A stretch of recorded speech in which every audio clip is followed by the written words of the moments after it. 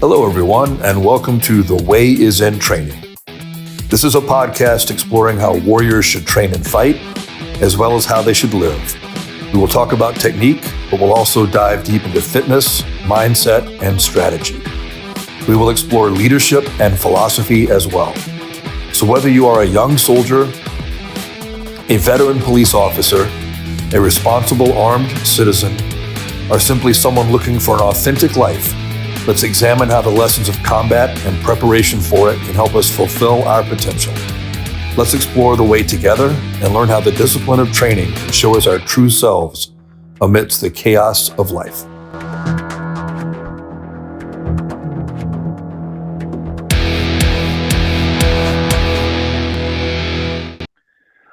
Hey, everybody. On this episode, I've got my friend Cliff Byerly, late of LAPD, and in my opinion, one of definitely the top a couple of like combatives trainers nationally in the LE space. So, and civilian space as well, of course. But anyway, that's before I steal your thunder on your intro, I'm going to let you tell everybody more about who you are. And like we were just talking about, you become really big in this particular, space in the industry, just through word of mouth without doing any real marketing. So this is your chance to actually maybe do some marketing. I'm a horrible businessman, so take it from me. Don't be like me, and actually like do a little bit of promotion here. All right, brother, take it away. All right, yeah, Cliff Byerly. Thanks for having me on, man. I mean, honor and humble as always. A law enforcement career with LAPD.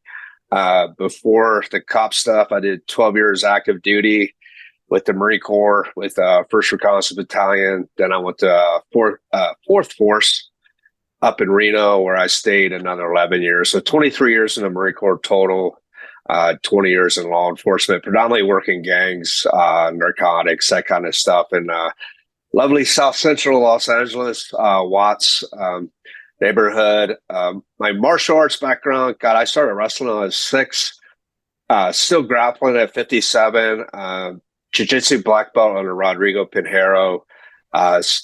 Been doing Muay Thai since the 80s. Also started boxing at a young age.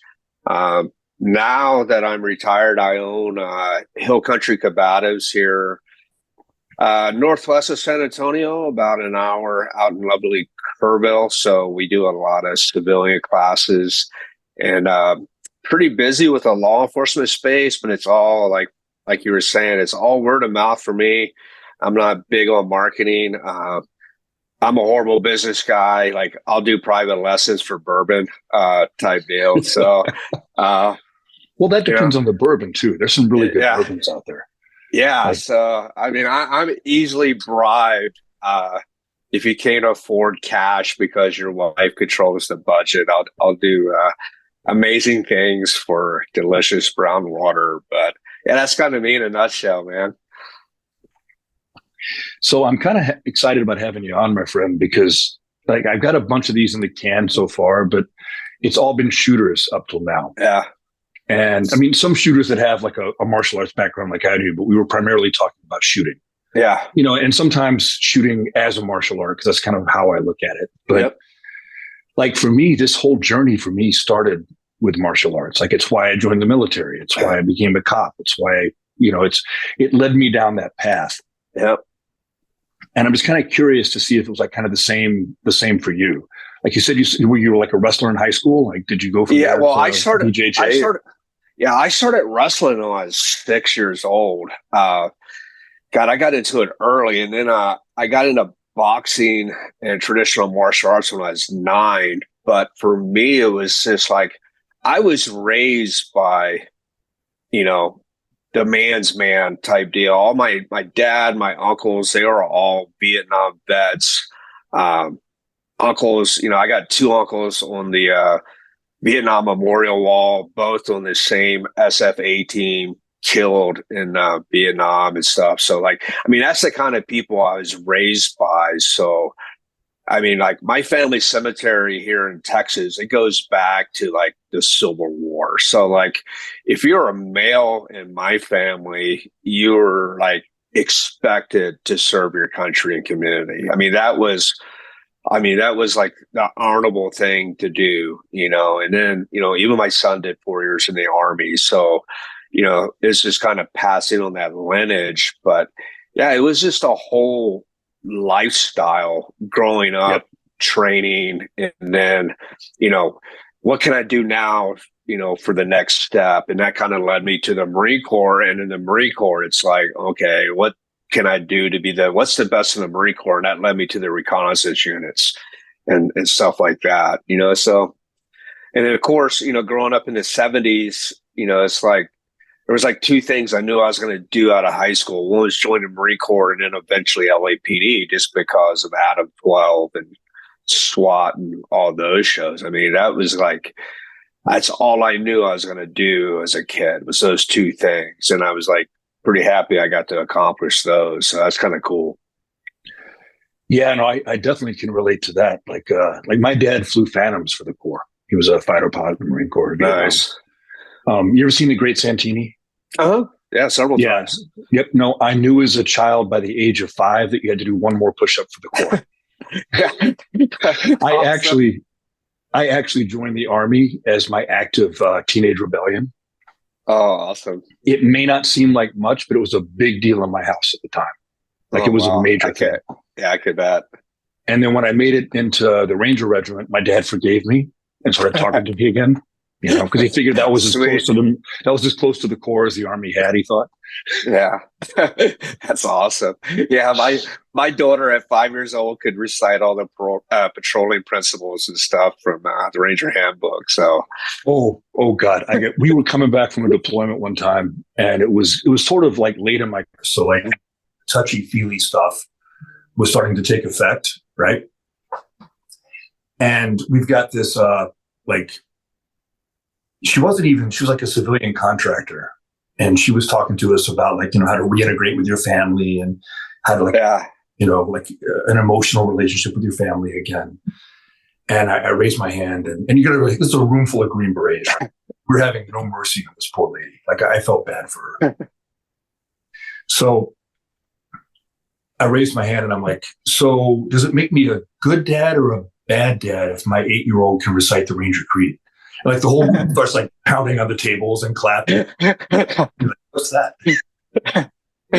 That's normal in my household. Yeah, that's awesome. So yeah, no, I'm with you. My family, every generation has had at least one male who served, going back and trace it. And that's just, it was expected. That's just the way it was. Yeah, for sure. And I still remember, I was a late start compared to you. I started at 8 instead of 6. So I got a couple years later than you. So I worked quite early enough. Maybe I'd be a better artist if I had. But, and that was just once I did, and it was traditional stuff. But back then, the traditional, and you would know this, the traditional martial arts world, back in, the late 70s, early 80s, was not like it is now. It wasn't for kids. No. If you were a kid in that world, you were getting a baptism by fire, because there was some tough people.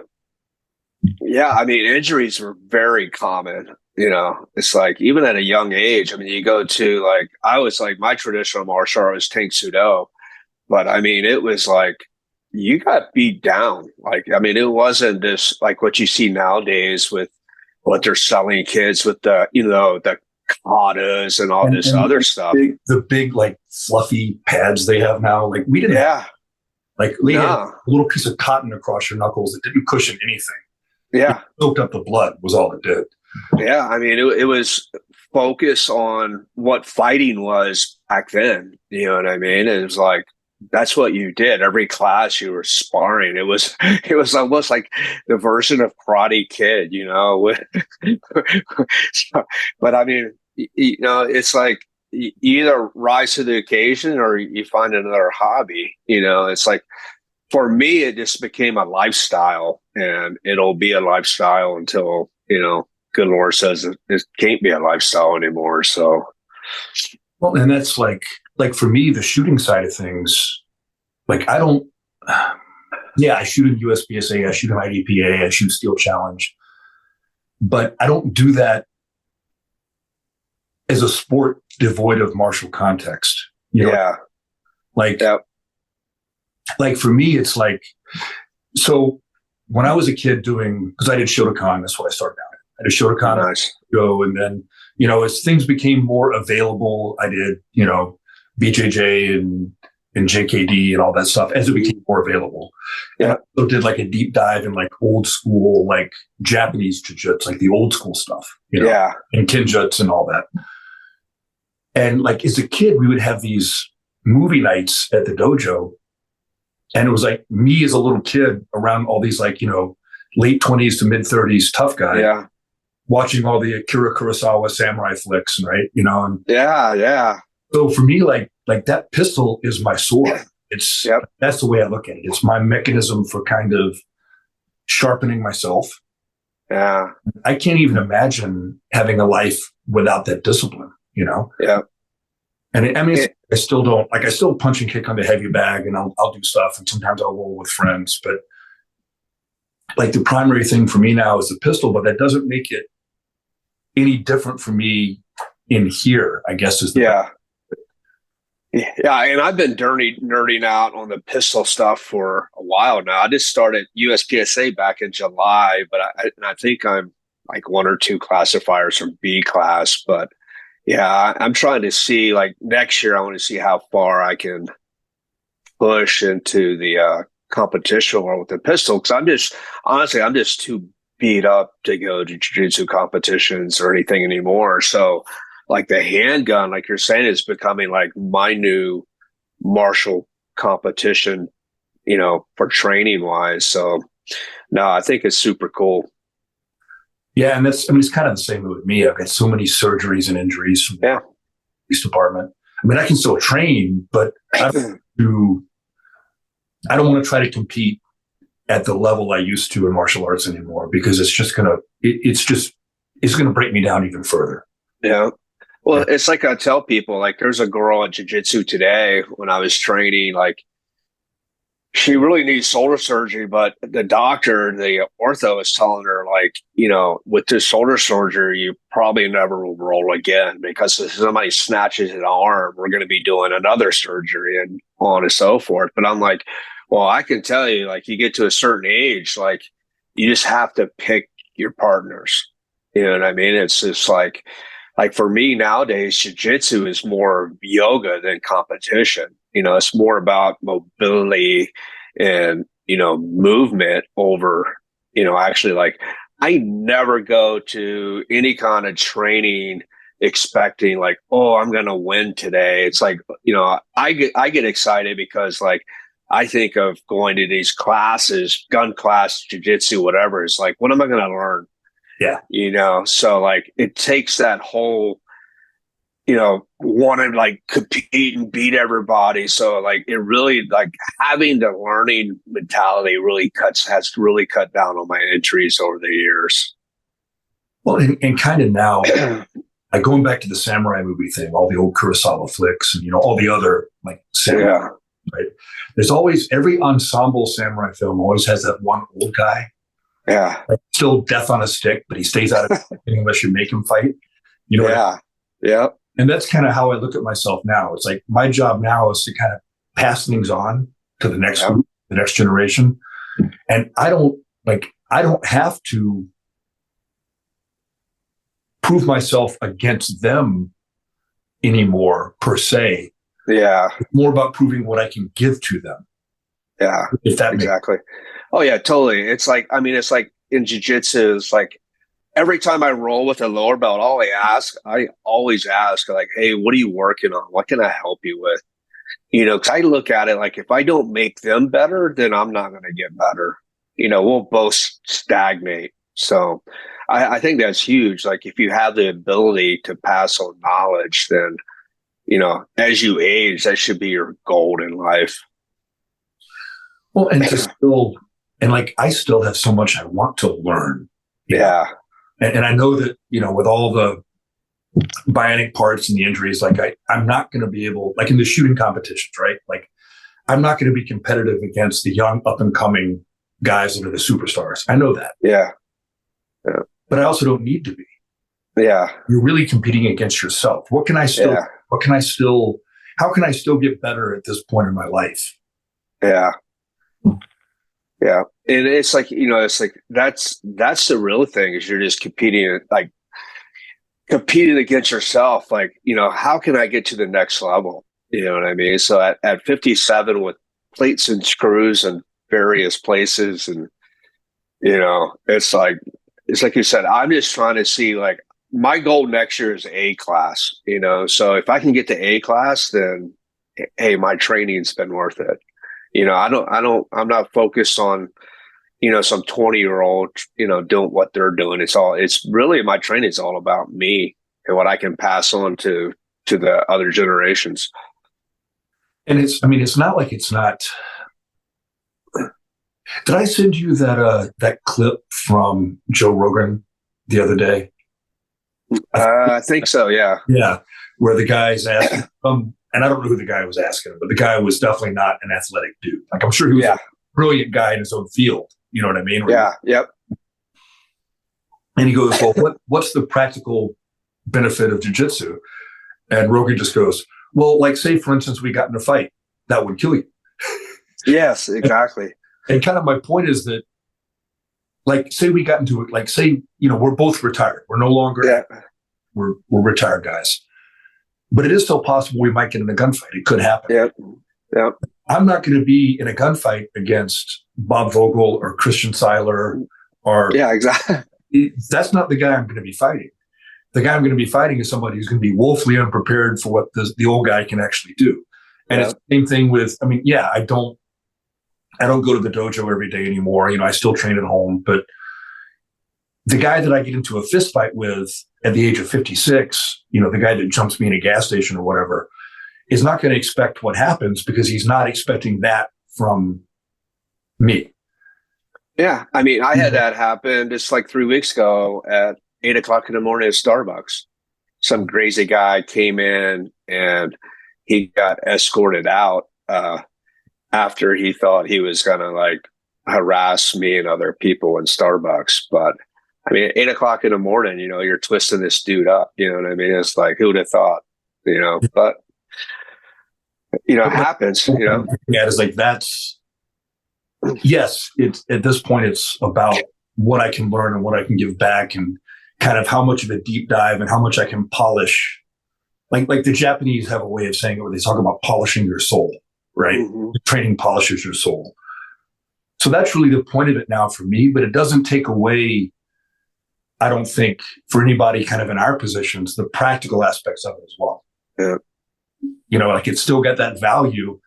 And honestly, I think that, and this is my problem with a lot of people in a lot of martial arts, especially it really kind of both ways. Let me figure out how to articulate this. So the spiritual value in martial arts training, I think, is definitely there. Whether it's combative, shooting, BJJ, karate, judo, any of those things, right?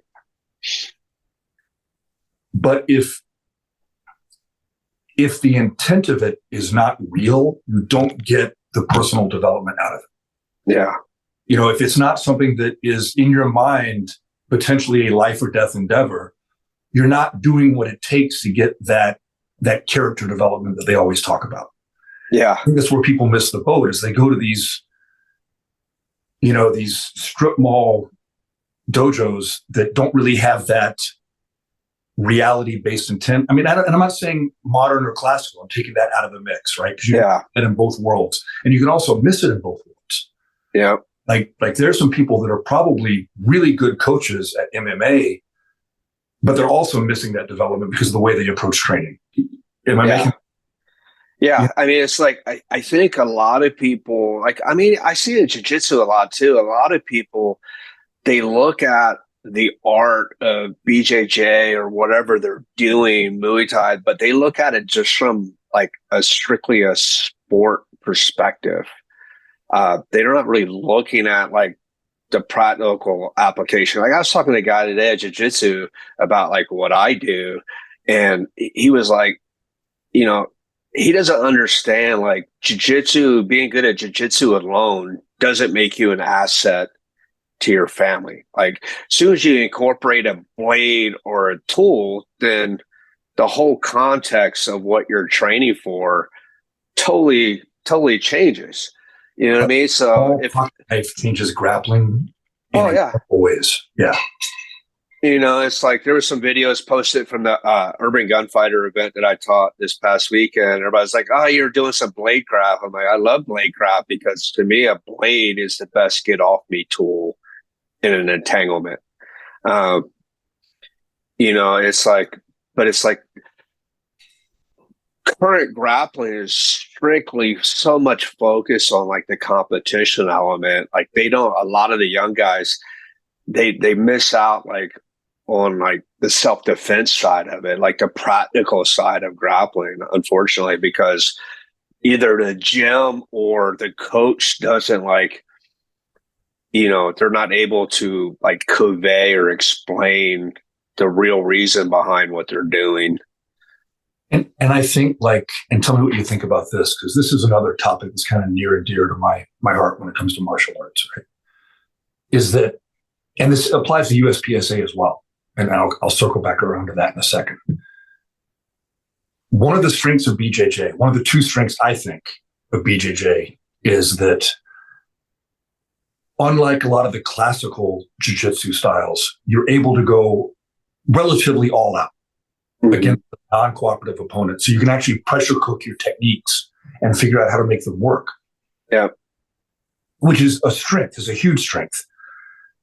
Because a lot of those other techniques that are really nasty, if you can make them work, you won't be able to make them work because you've never tried against somebody who wasn't just letting. Like, I think that's one of the strengths, right? Yeah.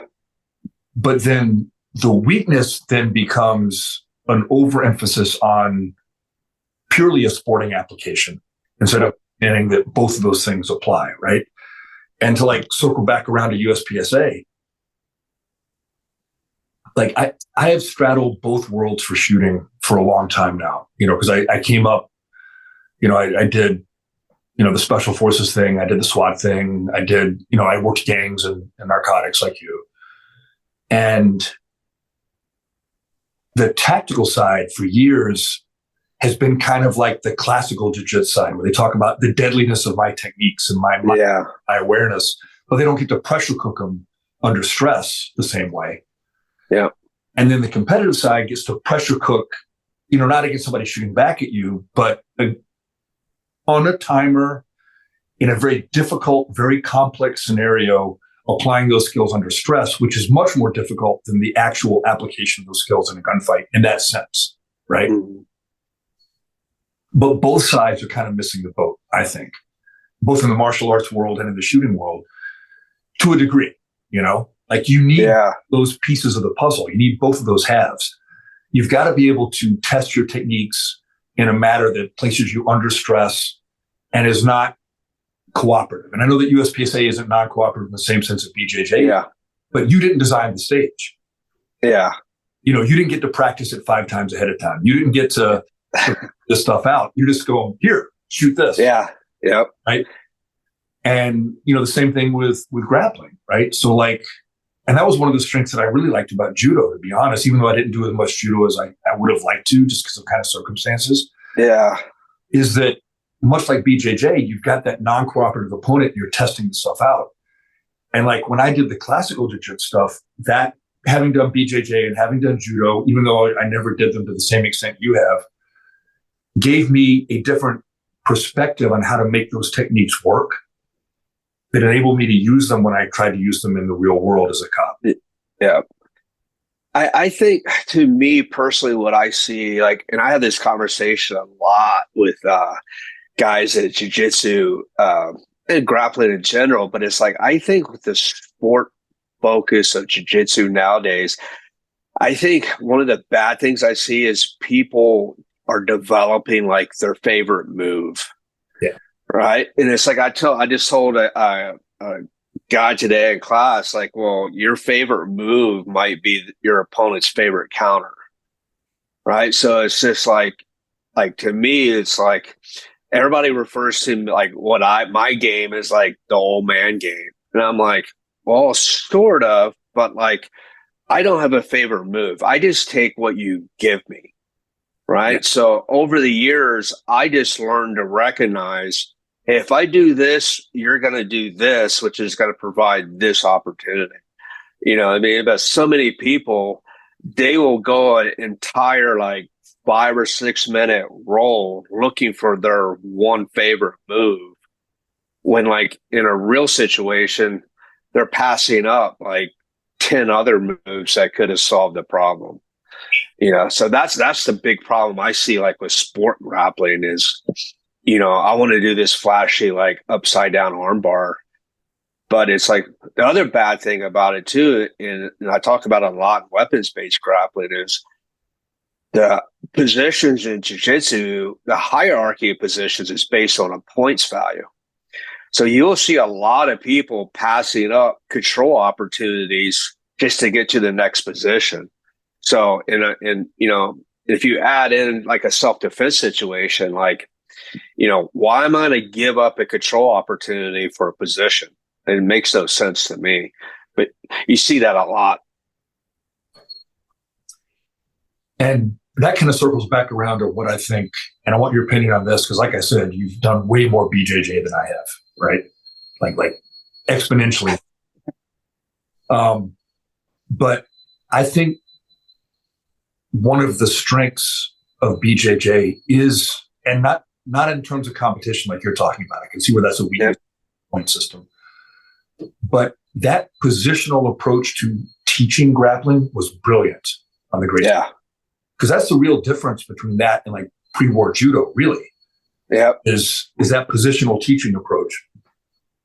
And I actually stole that for like my contact distance shooting stuff. Nice. Yeah. Yeah, I teach like 3 basic positions for like an entangled gunfight. Yeah. And I use that same methodology, and I stole that straight up from BJJ. Yeah. I think it's a great way to teach because it prevents people from, in theory at least, it should prevent people, if they're looking at it the right way, from having that kind of like plug and play approach to technique. Instead of thinking about how the fight is progressing and evolving and what I can do from the position I'm in. Yeah. It's really smart on their part.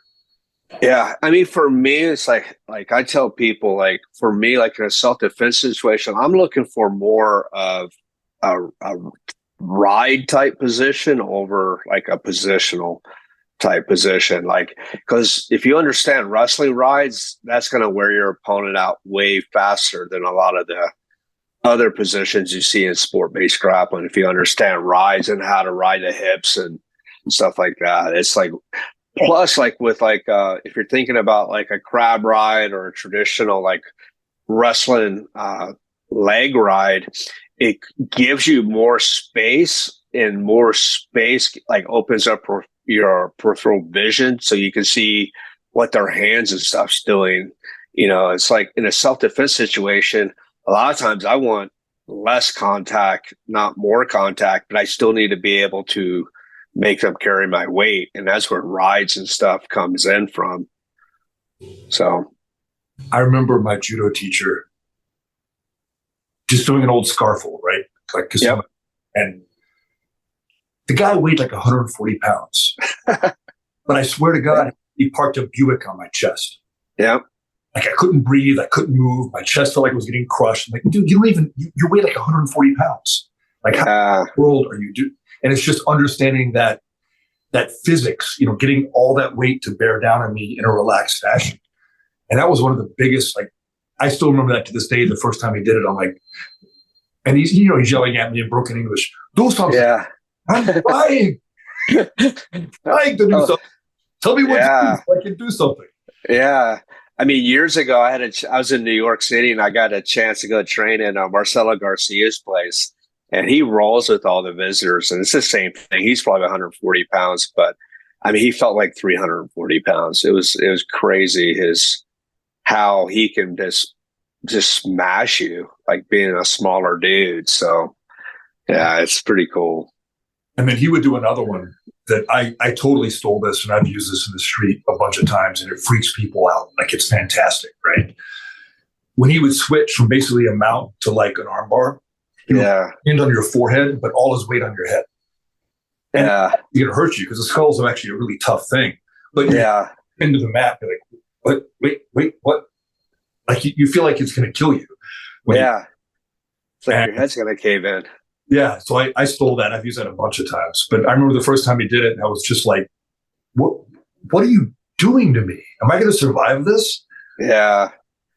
I mean, from a law enforcement perspective too, it's like putting pressure on the head. If you can offline the C-spines, you take away like core extremity power. Like it's impossible to do anything. It sucks so bad. Oh, I love doing that in the clinch. Like you're a Muay Thai guy. Stack their neck in the clinch and they the whole body short circuit. Oh yeah. I tell people it's like, core extremity power comes from like your C-spines and from like your midsection. If you can control those two things, like there's not much your opponent's going to be able to do to you. They can't rebuild base if they can't generate core extremity power. I mean, that's just 101 lifting weights too. It's like, but people don't understand how the body works. Well, especially dude, I've watched the movie Pumping Iron probably 5 million times, right? I'm not knocking body when I say this. Yeah. There's a big difference between the way an Olympic lifter or a power lifter learns to use their body compared to the classic bodybuilding approach. Yeah. Yeah. And like you generate power as a unit. Like the body has to work together for it to happen. Yeah. And you can't do that. I don't care how strong you are. You're not going to be that strong in that moment. Mm-hmm. Yeah, especially like, if you don't understand like how the body generates power and force, like I tell people, it's like, if you're grappling in an unknown environment, you have to control the hands because the hands is what access tools, but you also have to figure out how to control the hips because the hips is what generates power. And a lot of people, it's like that never grappled in a weapons-based environment, even a simulated one, they ignore, a hand or both hands that can access tools. Well, and so I did a fair amount of like Filipino stuff as part of my martial arts journey, right? And it really opened my eyes to just how much damage you could do with a knife. And it doesn't take much strength, and it's fast, and it's very, very hard. All the fancy knife defenses, those would work against somebody who doesn't really know what he's doing. Yeah. But that little old guy from Manila with the box cutter is probably going to eat your lunch. Oh yeah. We had it happen in LA, dude. Old, like 70-something-year-old Filipino dude. He used to pay his sweatshop workers with cash. And one of the local gangsters tried to rob him, and he cut like pretty much every tendon on that dude's body, like within a minute. I mean, it was crazy the amount of damage he did. And they played the video in court. And it was just like, holy shit, that's scary. Yeah. But like a little like Swiss Army knife. Yeah. No, it's insane. And then so segueing back to the Japanese stuff, right? Like one of the things that I think is really cool about some of the classical jiu-jitsu stuff from the old school stuff, from like the 1500s, is it was all weapons based, right? It was all designed around guys that carried swords and knives everywhere they went. Yep. So a lot of the grappling, and this is where I think, so like people look at modern Aikido, and rightfully so, in many instances, kind of look down upon it because it's very unrealistic, but they're taking it out of context. Yeah. People that do it in the modern day are kind of taking it out of context too, right? Yeah, all that stuff for sure. To be done with a knife in your hand. Yeah, short swords. Yeah, so you look at like Ikkyo, where you take the knife edge of your hand on the elbow, roll it over, but that was meant to be done with a tanto, and you're not going to use that arm anymore. Like it's taking all those tendons, all those ligaments, all those nerves, and they're gone. And I loved the idea of how evil it was to think about using the edge of a blade to actually give you leverage in a pin or a takedown or a throw. Yeah. And that's one reason why, I mean, I've always been a history nerd. I mean, at one point I thought I was going to get out of the military and become a history teacher. Then I realized I didn't like kids, but that's like, yeah, that's why I really got into the martial arts, was like really taking a deep dive into like the history, where the art came from. Like I did Kung Fu Sensu for how many years. I got my 5th degree black belt under Jimmy Woo, who brought it from China to El Monte, like, I don't know, in the 60s or whatever. But like, just like the 5 families in China that developed the system, right? It was like, I mean, it's just crazy when you look at the context of the moves and stuff like that. But most people, they'll see a 30-second clip of a demo, not understanding like really the context of the history behind it, and they'll just like badmouth it. You know what I mean? It's like that's one of the things that drives me crazy about social media. It's like, you know, people take everything out of context, but it's like, but they also have no clue what they're talking about because they haven't studied the history of the art.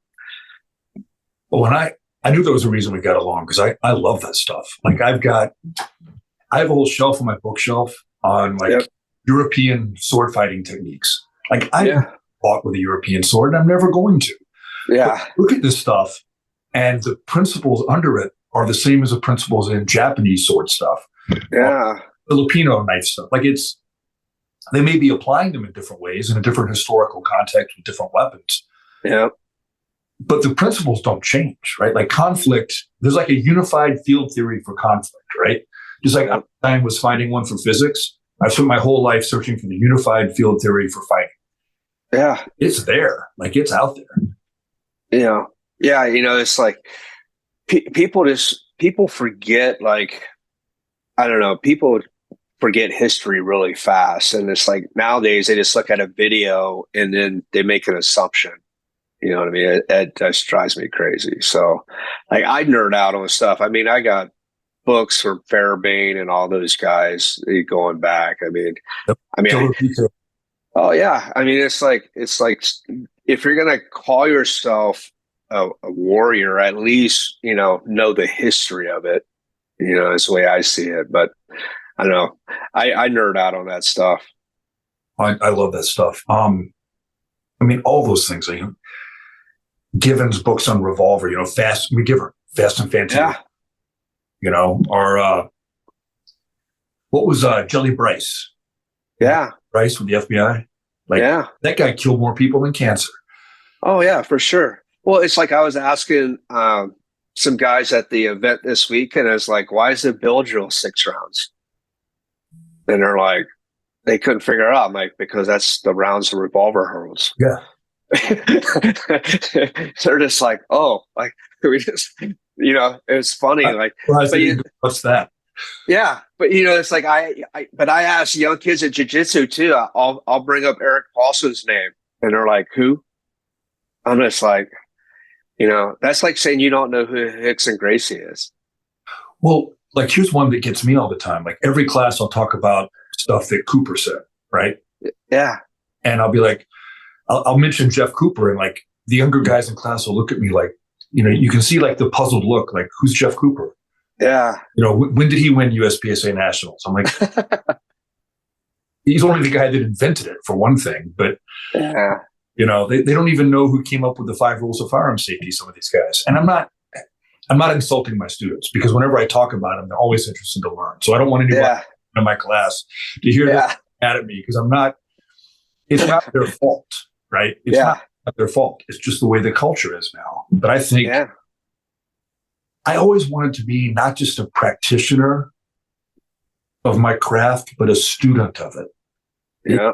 Sense of all of it, like the history of it, the why, the how it came to be. You know, how did we get here from there? Like, how did it happen?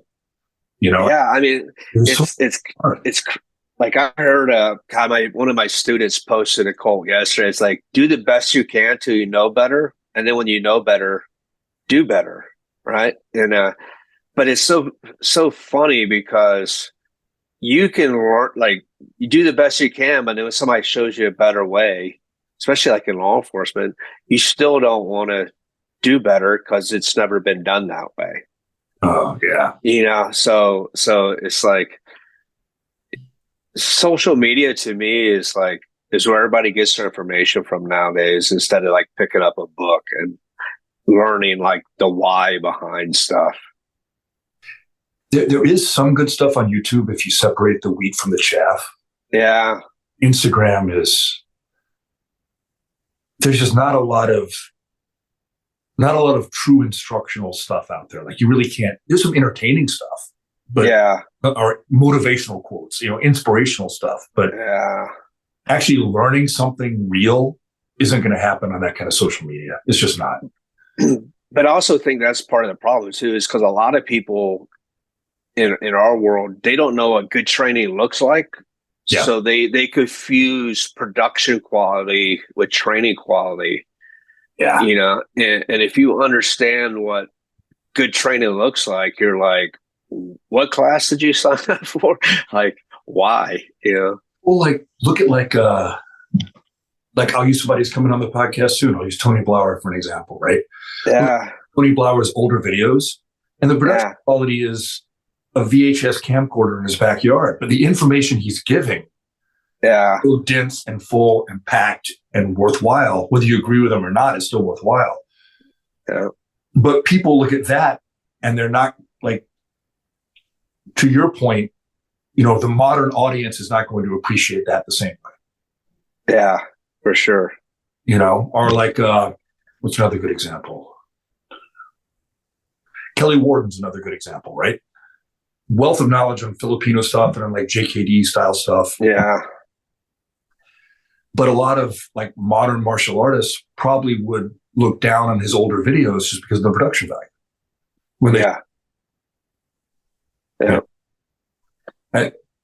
Oh God, total segue.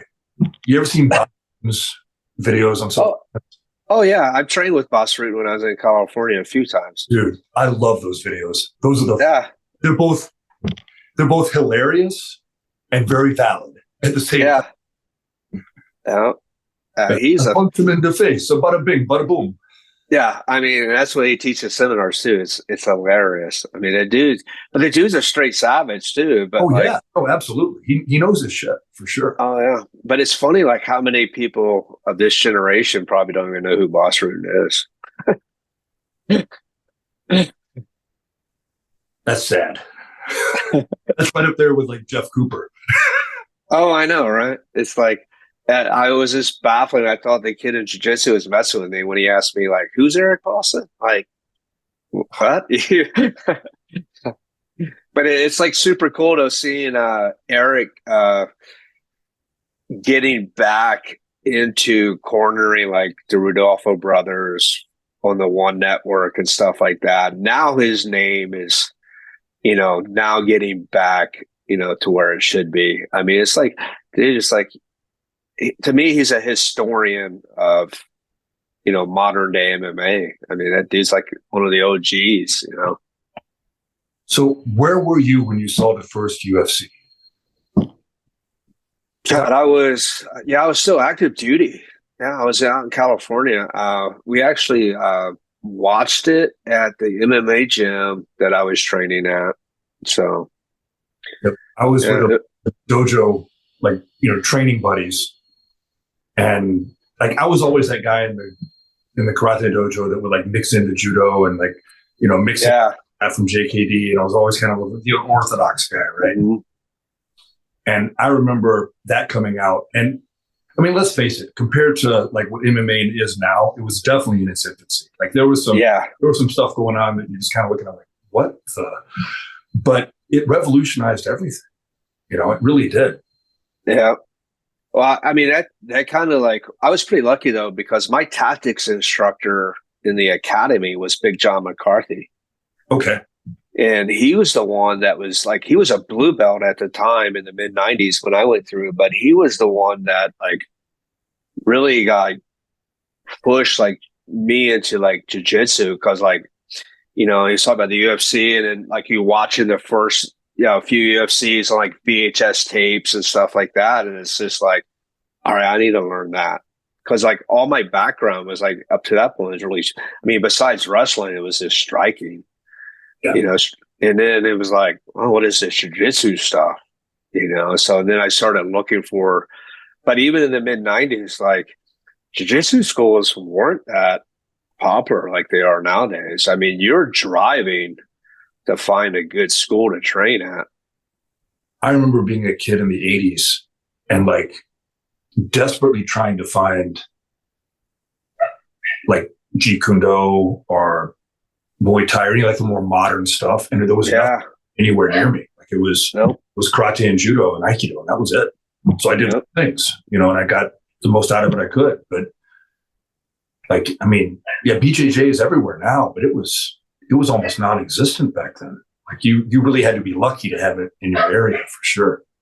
Yeah. I mean, it's like, for me, it's like, I was driving, like when I first started in the late 90s, I was driving like an hour. I mean, I still drive an hour one way, but it's like back then it was like LA traffic to get there. So, yeah, I mean, it was like, but now it's like on every corner almost. It's crazy now, the availability of it.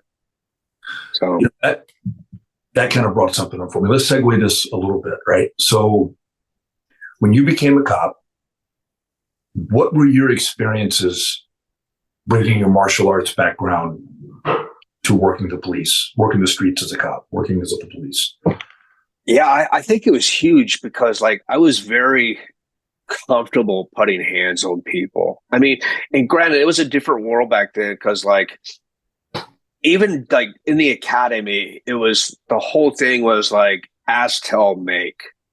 Yeah. So like we didn't have like, tasers and, had the 3 times rule. The third time, it wasn't a verbal tell you. It was, yeah, I'm dropping you on your head. Yeah. You're going to do what I tell you. But coming from a martial arts background and being very comfortable in the grappling world from wrestling pretty much my whole life at that point, it's like it allowed me to talk more. You know what I mean? It's just like, you like, acting, being the tough guy gangster, like it didn't intimidate me. Like, okay, dude, it's like you can, and numerous times I tell people like, look, bro, you can ride in the police car or in the back of the ambulance. I don't really care. It's your choice, but I think being comfortable putting hands on people, like you tend to talk more because all that stuff's just running in the background. It's just like having, your shooting skills where they are, right? It's just like all the hard skills is just like a computer program you left open, right? Yeah. So it just lets you talk more.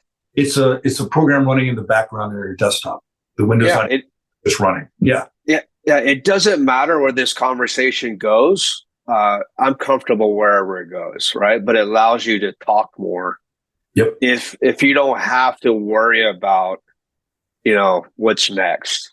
I have often talked about this like professionally before I retired, and this is a long held belief of mine. I wrote a paper on this in my master's degree, that most of what looks like excessive force to the public is because the officer was concerned about being able to handle the situation with the amount of skill they had.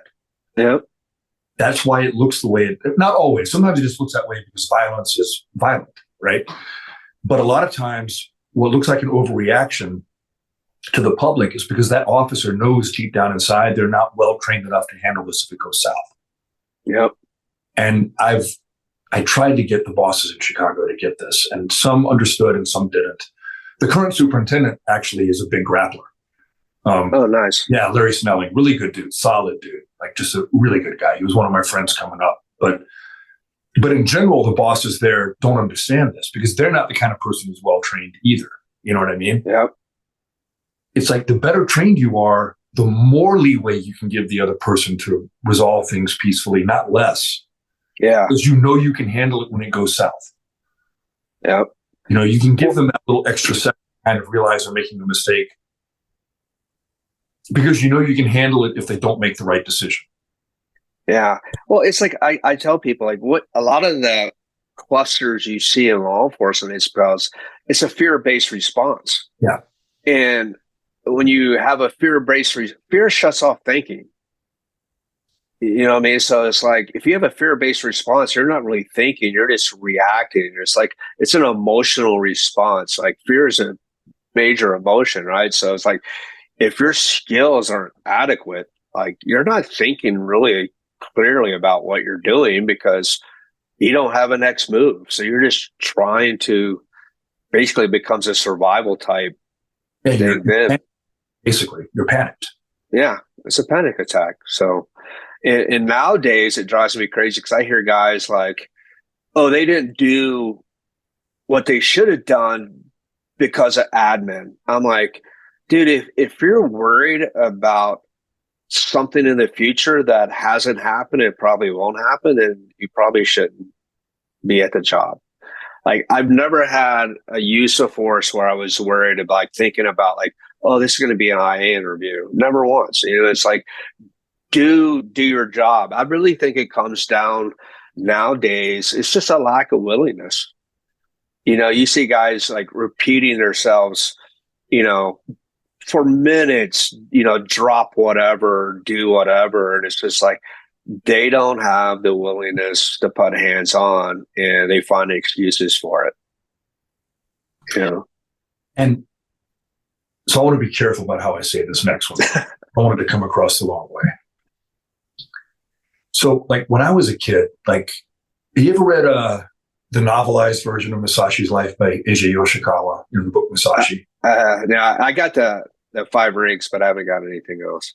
So it's a fictionalized account, right? And it's definitely fictionalized. Like it's very, you know, glamorous and sanitized without a doubt.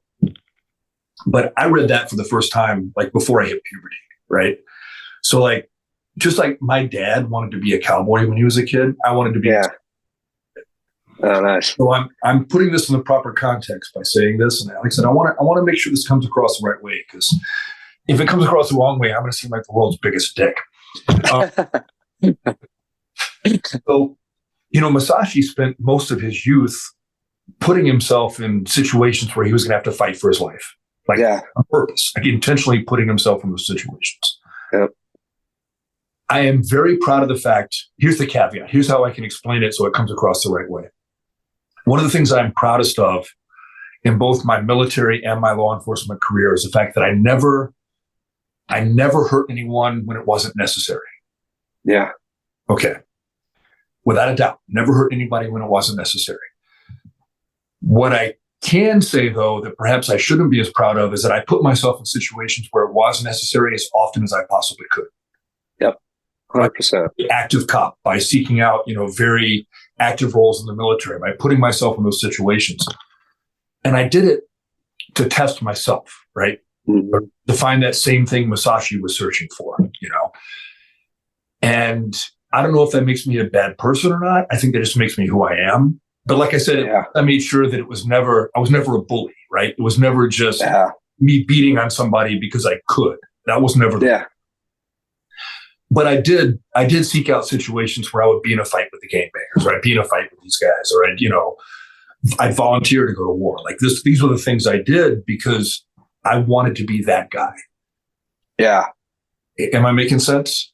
Oh yeah. I mean, because that's why like you have, like I chose to stay in South Central my entire career. I mean, you can go to other areas where the worst thing happens is Starbucks closes early. Right. You know what I mean? I never get out of the ghetto my whole career, and I never wanted to. Me neither. Yeah, me neither. It's like, you know, like you said, it's like I enjoyed dealing with like threats every day, basically. You know what I mean? It's like, that's how you challenge yourself. You know, it's just like, you know, you don't do anything intentional, but it's like, but you also seek it out. You know, because one, it's just fun. That's the way I see it. It is. And it's also, it kind of goes back to like how I started on the whole journey, right? For me, it's like, if it wasn't real, it didn't mean anything. Yeah. There's no context to it. All the training, all the reading up on the history, all the idolizing Masashi and watching the samurai movies. If I didn't do it for real, none of that meant a thing. It might have been me watching ballroom dancing. Not ballroom dancing, if you're into that. That's okay. It is 2025. But you know what I'm saying? Yeah, for sure. I mean, but it's just like, but I think that comes down to the whole martial warrior thing too. You know what I mean? It's like you go places that test your skill set, right? It's like you go to war, you go. I mean, it's because like like we said earlier, it's like the household I grew up in. It's like you go to war. It's like that's when you become a man, basically. You know what I mean? It's just like, but that's where you go to test your skill set. Right? That's where you go to put all your skills into context. Is in those kind of neighborhoods, or you go to war. You know, it's even more than that, I think, though, man. I think that's where you find out who you really are. Yeah. Like if you're not, and it doesn't have to be going to war. You can be testing yourself in a variety of arenas. That's just the one I chose. Yep. For sure. Test yourself, you'll never know who you are. Not really. Because that's who you really are. It's like, you know, you're not who you are when things are comfortable and happy and you're sitting on your couch with your fuzzy slippers on watching Netflix. Yep. You find out who you are when it's life or death and it matters. And it doesn't just matter for you. It matters for other people too. That's to find out what you're really made of. Well, it's like the saying at the Urban Gunfighter, you know, discomfort breeds confidence. Yeah. You know what I mean? So it's like, I mean, even today, I try to find ways to not be comfortable. You know what I mean? It's like, it could be just a kettlebell workout or something, but I'm always like trying to every day, find a way to get out of the comfort zone. I mean, because otherwise you just die a slow death, in my opinion. Oh, no, I think so for sure. I think there's no real steady state in nature. Yeah. No stasis. You're improving in some way, or you're degrading. And as we can't always improve in the same ways, we can still find ways to improve, right? So ways to grow as a person. And I don't think it's like the people that think they've arrived. The moment you think you've arrived, you've already started failing. Like you're already failing. Yeah, you started the decline. Yeah. Like it should be, instead of thinking you arrived, it should be like, you know, what's next? You know, what's a higher rung on the ladder? It's the way I look at pretty much training and everything else. You know, or it's like, I'm sure it was the same way in recon for you guys, but like we put all this time and effort into getting to the Ranger Regiment or getting to Special Forces. And then when you get there, you find out that that's just the bare beginning, or like that's just the start. Like people look at it like it's the destination, and it's really an entry ticket. That's all it is. Oh yeah. You earn your spot every day to be there. You know, it's like, it's like I had team leaders like every day. It's like, what are you doing to make the team better? And what are you doing to leave the team better than you found it? You know, everybody on my team at SF, like every day they were earning their position. There was nobody that was just taking up space. Yeah. You last. If you were taking up space, you were gone. You didn't last. Yeah. Go back to where you came from. Yep, pretty much. You know, but I mean, it's a good experience for sure. But I mean, it develops that lifestyle training too. You know, and it's like, I tell people all the time, like if training is a hobby to you, whatever your training is, eventually you'll find a new hobby. It has to be a lifestyle. And I think going to those type of military units, law enforcement units, it really pushes the importance of that training lifestyle. Well, and I think too, I mean, to get kind of a little, well, you're from California. I can sound like a hippie for a minute. You'll be okay with that. But right. So like, in many ways for me, like the training kind of is the meaning of life. I don't know if I'm articulating it right, but like that process of striving, that process of trying to learn and grow and develop. And like I said, this doesn't have to be martial endeavors like us. It could be an artist, it could be an author, it could be whatever. Yeah. And I think the Japanese, I have like a love-hate relationship with Japanese culture because there's some really cool things about it and some really maybe aren't quite so cool, right? But one of the things they got right is everything they do, like whenever they pick something to do with their life, that's their life. Like that's their vehicle for living. Mm. And I think that when you don't have that, I think your life is hollow. I know mine. Yeah. Oh yeah. Well, it's just like I tell people all the time when like, for some reason, I guess at 57, people want to talk to me about longevity and stuff like that. Like, well, I'm not really that old, but it's like, I'll tell you what I'm doing. It's like, I tell people all the time, like, you don't become old until you stop doing what you're passionate about, whatever that is. As soon as you stop doing what you're passionate about, then you're going to truly grow old. And I think a lot of times that's where a lot of like the health problems you see really set in, like even like Alzheimer's and stuff like that. Like, you stop doing that stuff. It's like I tell people, it's like, good Lord willing, like, I'm 90 years old. My wife and I are still going to be doing beach walks somewhere. You know what I mean? But so that means at 57, I need to be able to walk like 4 miles if I plan on walking 2 miles at 90. So, you have to find your passion and your why to drive you every day in a training, whatever that might be.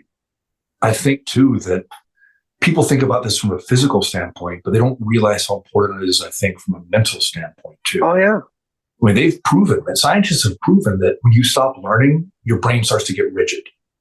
Yeah. And it doesn't matter how intelligent you are. It's just a fact. When you stop learning new things, it's like that thinking you've arrived. When you think you've arrived mentally, you're in decline already.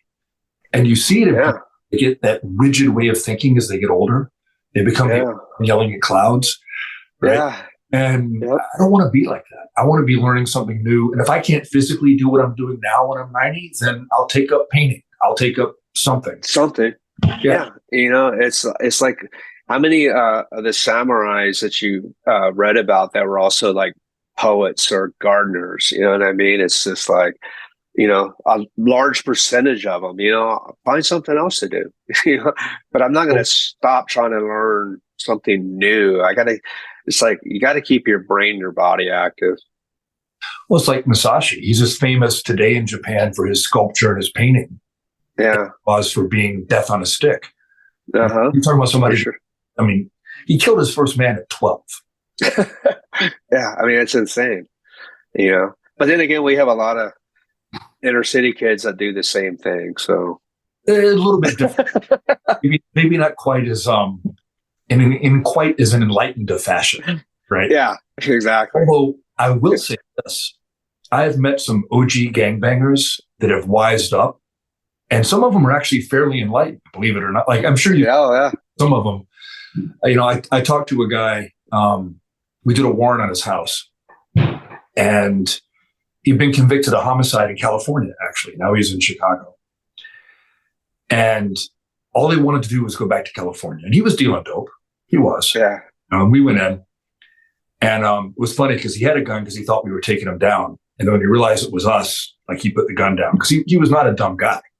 Yeah. And we tried to flip him and work with him, and they wouldn't let us work with him because he had a homicide in his background.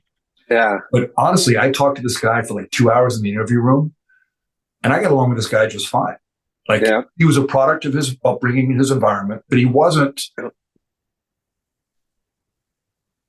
He was an honorable man in his own way, I guess is the best way. And he was an intelligent guy, and he'd gotten wise in his old age. So I'm not saying you can't. I think that rehabilitation is a very rare thing. Yeah, for sure. But I do think sometimes it happens. And some people, I think, make it through and get some wisdom out of those environments too. Well, it's like, that's interesting. I was just talking to a couple cops here in this area, and it's that small town, big ego thing, but they don't realize guys from like where you work, where I work, they're trying to rehabilitate, and they move back to these areas.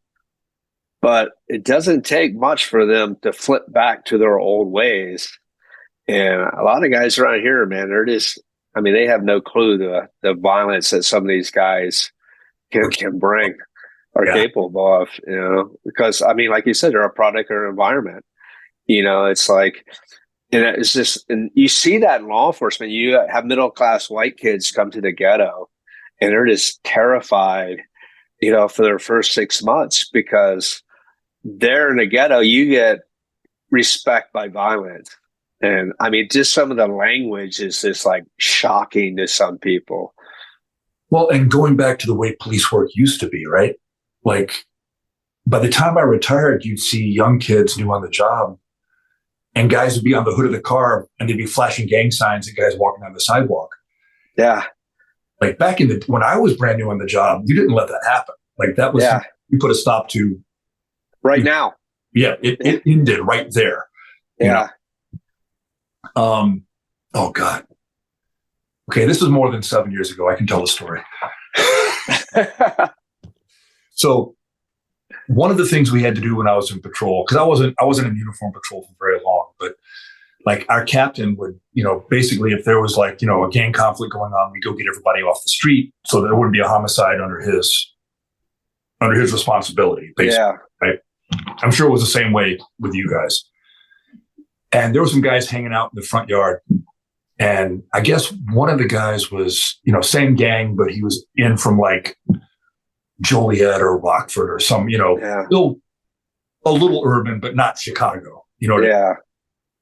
And we told him to get inside the house. And he had some choice words for me that you shouldn't say on a podcast. So I got out of the car and I turned him into a lawn dart. And the guy that actually lived there comes out of the house and goes, yo, man, yo. He ain't from around here. I'm sorry. I'll get him inside the house. We'll take him in the house. Yep. But it was the way things were back then. Like, he wasn't going to complain on me because I did that. And I wasn't going to lock him up. Like it was. Yeah. That was. It was respect. Yeah. And you had to maintain that respect because if you didn't, it interfered with your safety as a cop. And maybe not my safety because they all pretty much knew who I was, but maybe the guy on the watch who couldn't handle himself the way I did might have wound up getting hurt because this guy got away with that with me. Yep. That's the way it was in the 90s and even the early first part of the 2000s. Yeah. No gangsters made street creds off of disrespecting a cop. It was actually the other way around. Like the leadership of the gangs would keep them in line. Oh yeah, for sure. They didn't want the heat. Yeah. It's like, no, I don't want, because we'd be disrupting their business. Yeah. So all the OGs kept the young G's in line. Like, hey, you don't talk to them that way. It's crazy. Different world now. I'm glad I'm out. Yeah, it's a totally different world. I don't think it's the same on either side now, either the law enforcement side or the criminal side. I don't know. I was out in California last week, and oh my God, it's got deteriorated so bad. Unfortunately, I mean, you can see the effects of the elections out there for sure. Yeah. So glad I'm out. Well, we have actually already gone over an hour, my friend. Oh wow. Yeah, it's every one of these that I've done so far has been the same way. Because like I said to you before we started the recording, it's just me talking to people I like and respect about the stuff I love to talk about. And it goes like that. Oh, I love these conversations. I really appreciate you coming on. I really do. Oh, my honor, man. My pleasure. No, it's an honor having you on. And anybody who doesn't know who you are should pay attention because if they care about combatives, especially in like a practical setting, they should seek out your training without a doubt. Yeah, I appreciate it, man. We're here outside of San Antonio, so. Well, why don't you tell everybody how they can get a hold of you and get a class set up or apply you with bourbon for a private lesson? Yeah, it's just I'm on all social media. Unfortunately, I hate it, but it's Cliff Byerly, business Hill Country Combatives. Like I said, it's on all social media. Website hillcountrycombatives.com. But yeah, just shoot me a message. Man, it's like, and for my home classes, I tell people, I don't care if one person or 10 shows up. I don't cancel because all I got to do is walk 20 feet from my office to my gym. So like anybody that wants training, they just got to message me and we'll make it happen. All right. Sounds good. Well, I would love to do part 2 of this in a few months, if you don't mind, because I don't think that's the surface of the conversation. Yeah. Sounds good, man. Love these conversations. Awesome. All right. Well, I hope everybody out there enjoyed it. Hope you liked the episode. Definitely check out Cliff's training. It's well worthwhile. And I'll talk to everybody else soon.